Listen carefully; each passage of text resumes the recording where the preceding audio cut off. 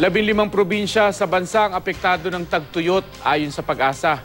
Kasama na riyan ang Ilocos Norte kung saan umabot na raw sa mahigit 3 milyong piso ang halaga ng pananim na nasira dahil sa labis na init. Makibalita tayo kay CJ Turida. Lubhang apektado ng tagtuyot ang 5 bayan at isang lungsod sa Ilocos Norte. Ito ang mga bayan ng Badok, Pinili, Colimao, Dingras at Marcos, pati na ang Lawag City. Aabot na sa mahigit 3 milyong pisong halaga ng mga pananim ang nasira dahil sa init ng panahon. Kabilang sa mga napinsala ang ekta-ektaryang palayan, maisan at gulayan. Namigay na ang lokal na pamahalaan ng tulong pinansyal sa mga apektadong residente. Ti immediate nga into ti government di kat pinabuludan ti provincial government kin dati Department of Agriculture ti water pumps. Di kay mabalim pa ila nga RSU i-save nga mulmul.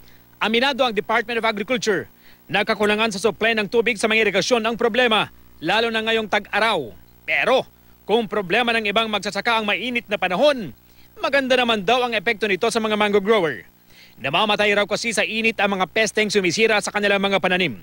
Kaya naman tumaas ng 40% ang kanilang produksyon. Doble rin daw ang presyo dahil sa magandang kalidad ng mga bunga nito. Kung bakit mas matamis, unang-una, nawawala kaagad yung mas mabilis ang pagkawala noong tubig sa fruit. So yung ratio ng tubig at sa sugar, mas narrower siya. Ayon sa Pag-asa, ang mainit na panahon, mas titindi pa sa mga susunod na araw. May kinikonsidera pa tayo mga init factor. Ito yung magdadagdag ka ng 2 to 3 degrees doon sa actual reading. Dahil maalinsangan, nadadagdagan tuloy ang oras ng paggamit ng mga electric fan at aircon. Tas tatlong electric pan na ngayon gamit namin eh. Minsan tas may aircon pa. Talagang sobrang init. Paalala lang ng Department of Energy, hinay-hinay sa paggamit ng aircon.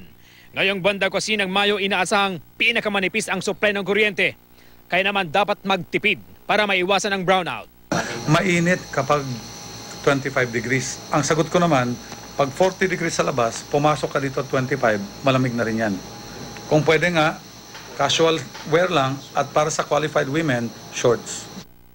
CJ Torida, Nagbabalita, Pilipinas.